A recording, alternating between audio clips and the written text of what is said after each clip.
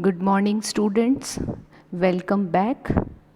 In the continuation of your unit, Nursing Process, today we will discuss our fourth step of nursing process, that is implementation.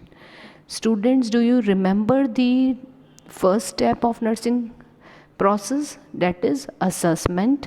Second one is diagnosis, third one is planning and fourth one is implementation. Assessment में हमने data collect किया था, organize, validation, documentation. Okay.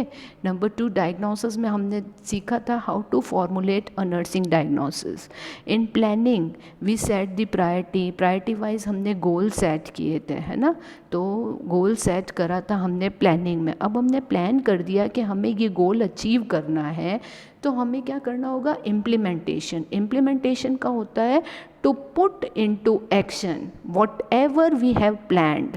हमने जो भी planning की है उसको एक्शंस में बदलना, उसको एक्चुअली काम करके शो करना, केयर करना. Okay. So let's start with our fourth step, that is implementation. First, we will discuss the introduction. Nursing process is action oriented, client centered, and outcome directed. Based on assessment and diagnosis phases, the nurse implements the interventions and evaluating the desired outcomes. Okay. अब देखो, interventions का मतलब होता है actions, और implement करना to put that action into work. हमें वो करके दिखाना, इम्प्लीमेंट करना, अप्लाई करना. ठीक है. तो हमने क्या किया था? असेसमेंट और डायग्नोसिस के बेसिस पे प्लान किया था, और प्लानिंग के अकॉर्डिंग ही हमें क्या करना है? इम्प्लीमेंट करना है. Implementing is the action phase. देखो, एक्चुअल वर्किंग फेज यही होती है, implementation. And it is a action phase in which the nurse performs the nursing interventions. जो भी nursing interventions planning phase में plan किए थे उसको हम क्या करते हैं? act करते हैं, perform करते हैं. consist of doing and documenting the activities. Okay. इसमें हमने क्या करना है? सारी एक्टिविटीज़ को परफॉर्म करना है और उसको डॉक्यूमेंट करना है, रिकॉर्ड करना है, लिखना है. इम्प्लीमेंटेशन की डेफिनेशन देखते हैं. It is the fourth phase of nursing process in which the nurse puts the nursing care plan into action, continuous data collection and documents the care provided. इसके ये फोर्थ स्टेप है nursing process का, जिसके अंदर nurse जो है जो भी केयर प्लान की है उसको एक्शन में कन्वर्ट करती है, एक्चुअल वर्क करती है. ठीक है. अब इम्प्लीमेंट करने के दौरान भी नर्स क्या करती है? डाटा कलेक्ट करती है और डॉक्यूमेंट द केयर प्रोवाइडेड. जो भी केयर प्रोवाइड की है उसको डॉक्यूमेंटेशन बहुत इंपॉर्टेंट है, डॉक्यूमेंट करती है. Okay. Implementation consist of doing and documenting the activities. Implementation का मतलब ही है करके दिखाना, doing and documenting the activity. The process of implementation includes implementing the nursing interventions, documenting nursing activities. Okay. ये दो चीज़ें इम्प्लीमेंटेशन में. सबसे पहले तो जो इंटरवेंशंस हैं उनको इम्प्लीमेंट करना, और डॉक्यूमेंटिंग दी नर्सिंग एक्टिविटीज़. जो भी इम्प्लीमेंट किया है उसको रिकॉर्ड करना. अब देखो, इम्प्लीमेंटेशन के लिए हमें 3 स्किल्स की ज़रूरत होती है.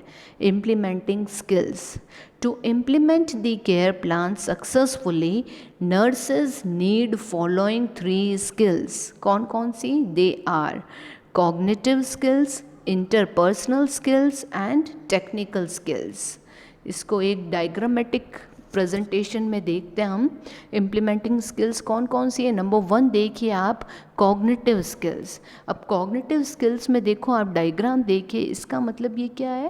Use of your mind. अपना ब्रेन को यूज़ करते हुए, क्रिटिकल थिंकिंग को यूज़ करते हुए डिसीज़न मेकिंग पावर वगैरह. तो इसमें क्या है? ब्रेन से रिलेटेड स्किल्स होनी चाहिए हमारे पास. इम्प्लीमेंट करने के लिए हमें ब्रेन का यूज़ भी करना ही है ऑफ कोर्स। फिर सेकंड देखिए इंटरपर्सनल स्किल्स। इंटरपर्सनल स्किल्स देखो, आपस में कोलाबरेट करके सारे जो पर्सन है एक दूसरे की हेल्प करके और वो इम्प्लीमेंट करना, वो होती है इंटरपर्सनल स्किल्स। एंड नेक्स्ट देखिए टेक्निकल स्किल्स। टेक्निकल स्किल में टेक्निक करने का तरीका, ठीक है, आर्ट ऑफ डूइंग वर्क, वो टेक्निक होनी चाहिए आपके पास, वो है टेक्निकल स्किल्स में, ठीक है। तो हम इसको वन बाय वन डिस्कस करते हैं। Number 1 is cognitive skills. It include problem solving, decision making, critical thinking and curative thinking। देखो cognitive skills में सारे ब्रेन से रिलेटेड, थिंकिंग से रिलेटेड, जजमेंट से रिलेटेड चीज़ें आती है। It is also known as intellectual skills, हमारी बौद्धिकता, ठीक है, बुद्धिमत्ता से हम जो कार्य करते हैं। इंटरपर्सनल स्किल्स में क्या है देखो, these are all the activities, verbal and non-verbal, people use when communicating directly with one another। अब देखिए मैंने आपको कम्युनिकेशन में पढ़ाया था verbal communication and non verbal communication. Verbal means by using words and non verbal is by not using words, इसमें bye actions, gestures, posture. तो interpersonal जो दो पर्सन्स हैं वो आपस में जो कम्युनिकेट करके जो स्किल्स को काम में लेते हैं वो होती है इंटरपर्सनल स्किल्स, ठीक है। Next one is technical skills. Technical skills को हम क्या बोलते हैं, हैंड्स ऑन स्किल भी बोलते हैं, हाथों से देखो कार्य कुशलता, उसको बोलते हैं hands on skills। These are hands-on skills such as manipulating equipment, किसी equipment को मैनिपुलेट करना है, चलाना है, जोड़ना है। गिविंग इंजेक्शंस होगा यहाँ पे, इंजेक्टिंग की जगह लिखना giving injections. And bandaging, moving, lifting and repositioning client.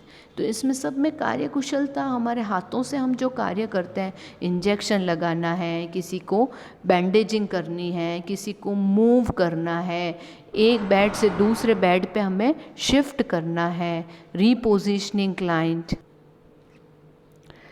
Okay, so these all are technical skills.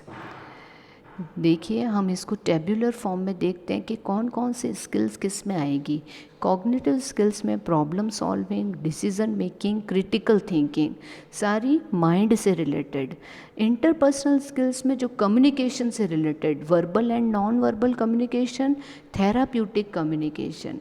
Technical skills में हैंड्स ऑन जो भी हम एक्शंस कर रहे हैं वो manipulating equipments, giving injections, bandaging, moving, lifting and repositioning the client. तो ये सारे एग्जाम्पल्स हैं कि कौन से एक्ट्स कौन से स्किल्स में आएंगे।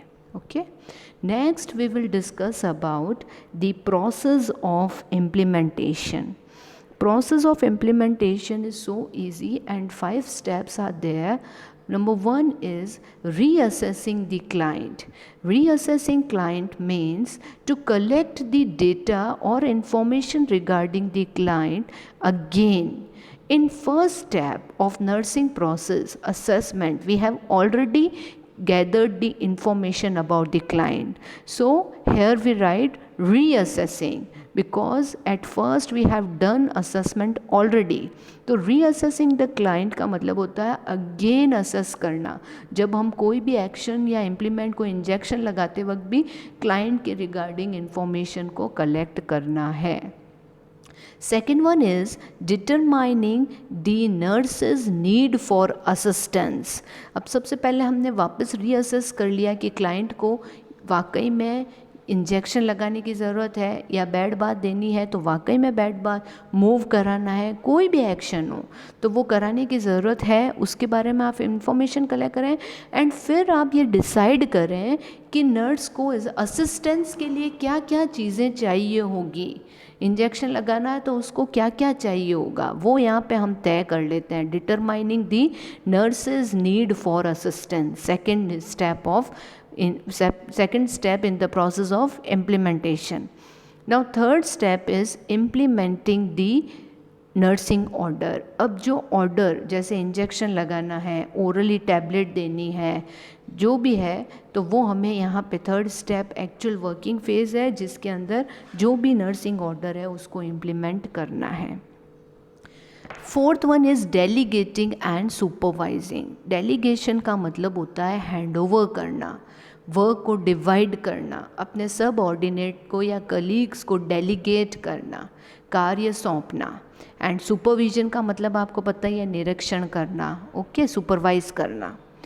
Next last is communicating the nursing actions. अब हमें लास्ट में क्या करना है, जो भी एक्शंस किए हैं उसको कम्युनिकेट करना है, आइदर बाय रिटन और वर्बल, और हमें डॉक्यूमेंट तो हमेशा रिटन में होना चाहिए.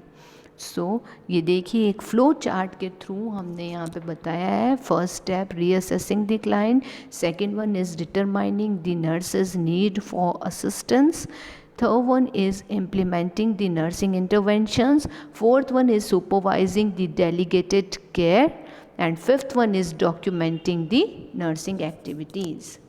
Okay, so let's start one by one. First one is reassessing the client. Just before implementing an order, the nurse must reassess the client to make sure the intervention is still needed.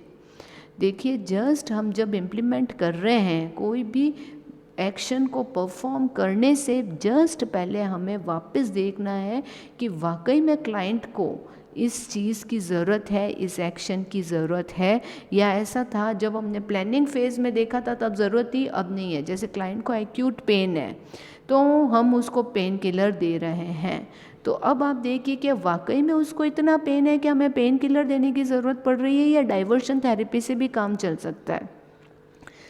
Even though an order is written on the care plan, the client's condition may have changed.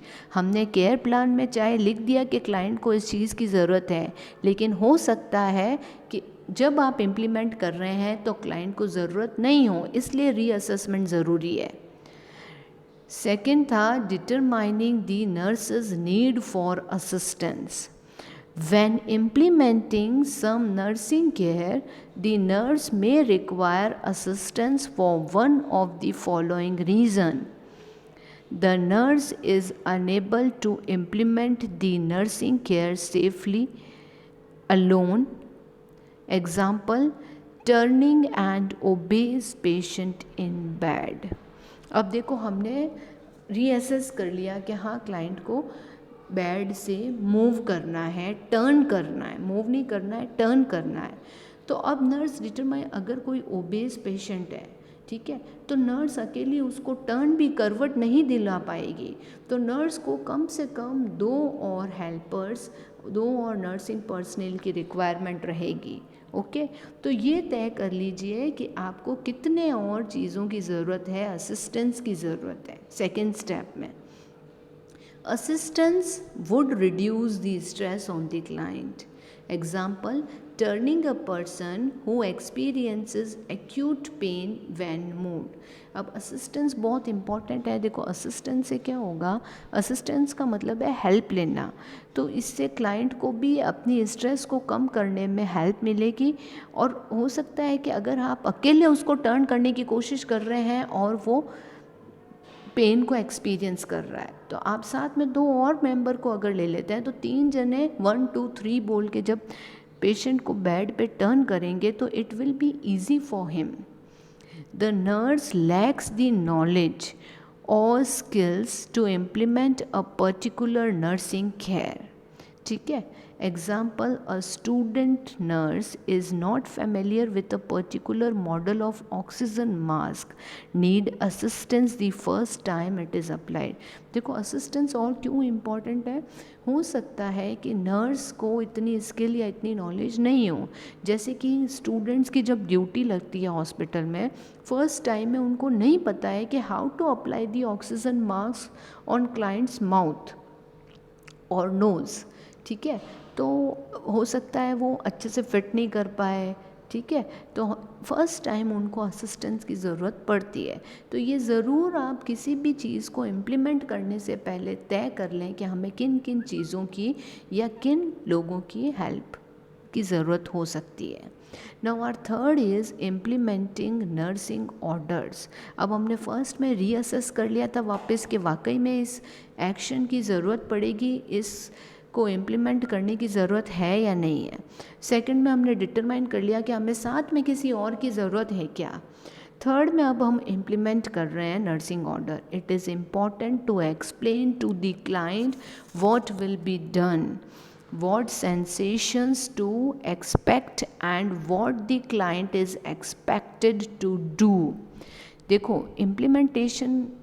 Implementing nursing order में बहुत important है। आप कुछ भी अगर client के ऊपर procedure perform करने जा रहे हैं तो हमेशा उसे बताइए, उसे एक्सप्लेन करिए, ठीक है, वो क्या समझता है या क्लाइंट का what sensation to expect and what the client is expected to do. आप उनसे क्या चाहते हैं, इसलिए ये बहुत इंपॉर्टेंट है कि आप पहले से ही क्लाइंट को सब कुछ बता दें।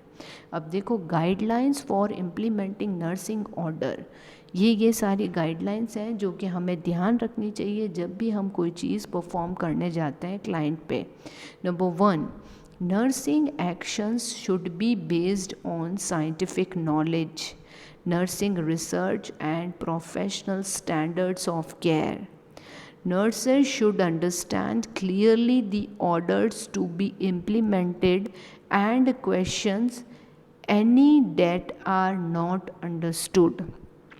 सबसे पहले तो नर्स को नॉलेज होनी चाहिए, सारे प्रोफेशनल स्टैंडर्ड्स पता होने चाहिए केयर के। सेकंड में नर्स को क्लियरली ऑर्डर जो दिया है, नर्सिंग ऑर्डर जो है उसको अच्छे से समझना है, और जो क्लाइंट ने और क्वेश्चन भी पूछ सकती है अगर कुछ समझ में नहीं, कुछ एब्रीवेशंस वगैरह नहीं समझ में आ रहे हैं तो आपको पूछना है। Nursing actions should be adopted to the individual client, ठीक है, क्लाइंट सेंटर्ड केयर होनी चाहिए। Nursing action should always be safe, client के लिए सेफ होने चाहिए। Nursing actions often require teaching, support and comfort. Nursing action should be holistic. Nursing action should respect the dignity of the client and enhance the patient's self-esteem. Client should be encouraged to participate actively in implementing the nursing actions. Next one is delegating and supervising, ठीक है। Delegation का मतलब मैंने आपको बताया था, to hand over, to giving the responsibility to others, to divide the work, okay। The nurse has two responsibilities in making work assignments. First, appropriate delegation of duties, second, adequate supervision of personnel। सबसे पहले तो जो अपने subordinates हैं उनको delegate करो, कार्य सौंपो कि आपका ये काम है, और फिर उसका सुपरवाइज करो कि क्या वो आपका काम, आपने जो डेलीगेट की हैं ड्यूटीज़, वो अच्छे से परफॉर्म कर रहे हैं या नहीं। The registered nurse can assign some nursing care duties to an unlicensed person but cannot assign responsibility for total nursing care। देखो, एक रजिस्टर्ड नर्स जो है वो जिसके पास लाइसेंस नहीं है उस पर्सन को भी कुछ केयर की ड्यूटीज़ दे सकती है, पर हम टोटल नर्सिंग केयर के लिए किसी ऐसे पर्सन पे डिपेंड नहीं हो सकते हैं जिसको रजिस्टर्ड नर्स का लाइसेंस नहीं मिला है। एग्जाम्पल से समझते हैं, जैसे कि असिस्टिव पर्सनेल में perform task such as measuring intake and output, but the registered nurse is responsible for analyzing the data, planning care and evaluating outcomes। ठीक है। देखो हम क्या है, जो नॉन लाइसेंस्ड पर्सन है उनको छोटी मोटी केयर की एक्टिविटीज़ दे सकते हैं, जैसे कि वो मॉनिटर कर सकते हैं कि पेशेंट ने कितना पानी पिया है और कितना यूरिन बैग में मेजर कर सकते हैं वो कितने ml का आउटपुट था। तो इनटेक आउटपुट चार्ट में ऐसी कोई टेक्निकल स्किल्स नहीं है, ये काम वो परफॉर्म। पर जो लाइसेंस पर्सन है वो ही ये काम एनालाइज करना, केयर करना, प्लान करना, इवेलुएट करना, ये काम हम उनको नहीं दे सकते, यही है। Next one is documenting nursing actions और communicating. After carrying out the nursing orders, the nurse completes the implementing phase by recording the interventions and client responses in the nursing progress notes. देखो last जो हमेशा होता है वो documentation का होता है, कम्युनिकेशन का होता है। तो हमेशा नर्स को रिटर्न में लिखना है क्या क्या केयर प्रोवाइड की गई एंड क्लाइंट का क्या रेस्पॉन्स रहा, वो भी हमें नोट करना है। कहाँ पे? नर्सिंग प्रोग्रेस नोट में। सो स्टूडेंट्स, ये जो इम्प्लीमेंटेशन वाला स्टेप है ये बहुत ही छोटा है, इसमें आपको बस यही याद रखना है कि एक्चुअल वर्किंग फेज़ होती है। तो एक बार हम देख लेते हैं क्विक रिव्यू कि आज हमने इस स्लाइड में क्या क्या देखा है।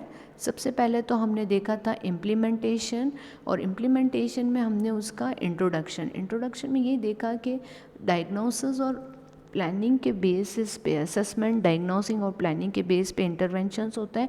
इंटरवेंशन का मतलब हम परफॉर्म करते हैं नर्सिंग एक्शंस।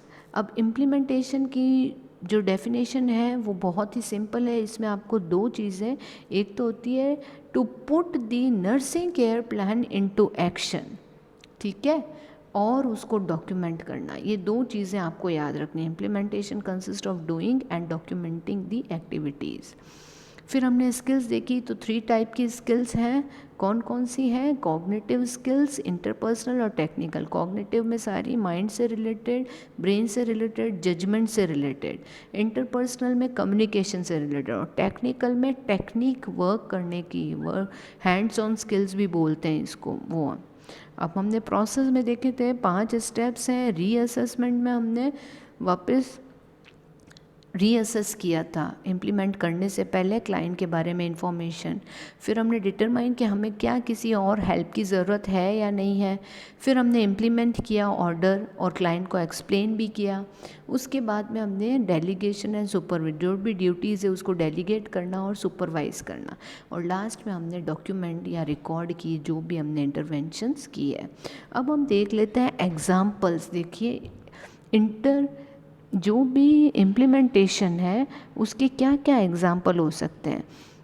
इंटरवेंशंस कहाँ आया था? प्लानिंग में। वहाँ पे हमने प्लान किए थे कि ये एक्शन करने हैं। इम्प्लीमेंटेशन का मतलब वो एक्शन हमने इम्प्लीमेंट किए, हमने अप्लाई किया, हमने ये दवाई दी, टेम्परेचर लिया, ठीक है। तो देखो हमेशा थर्ड फॉर्म लगेगा, जो भी वर्ब है उसकी थर्ड फॉर्म को यूज़ करके लिखते हैं। जैसे assessed the science and symptoms of dehydration, तो ये साइंस और सिम्टम्स को असेस किया गया। Assessed the vital science. Hand washing is done, hand washing की गई, ठीक है। जो भी करा गया ना, परफॉर्म किया गया, वो इम्प्लीमेंटेशन में। प्लानिंग में जो एक्शंस लिखते हैं उनको इंटरवेंशंस बोलते हैं।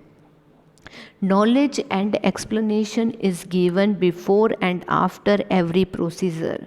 Provided oral fluid, तो ये implementation, हमने oral fluids दिए। Provided ORS, oral rehydration solution. Provided the IV fluids, intravenous fluids दिए गए। Intake and output chart is maintained, तो maintain किया हमने IO chart. Monitored the urine output, monitored the bowel pattern, provided anti-emetic medicines according to doctor's order. Anti-emetic कौन सी होती है? जो vomiting को कंट्रोल करती है। एमेसिस का मतलब वॉमिटिंग, एंटी वर्ड लग गया तो anti-emetic. Provided anti-diarrheal according to doctor's order. Sent the stool for RE का मतलब रूटीन एग्जामिनेशन।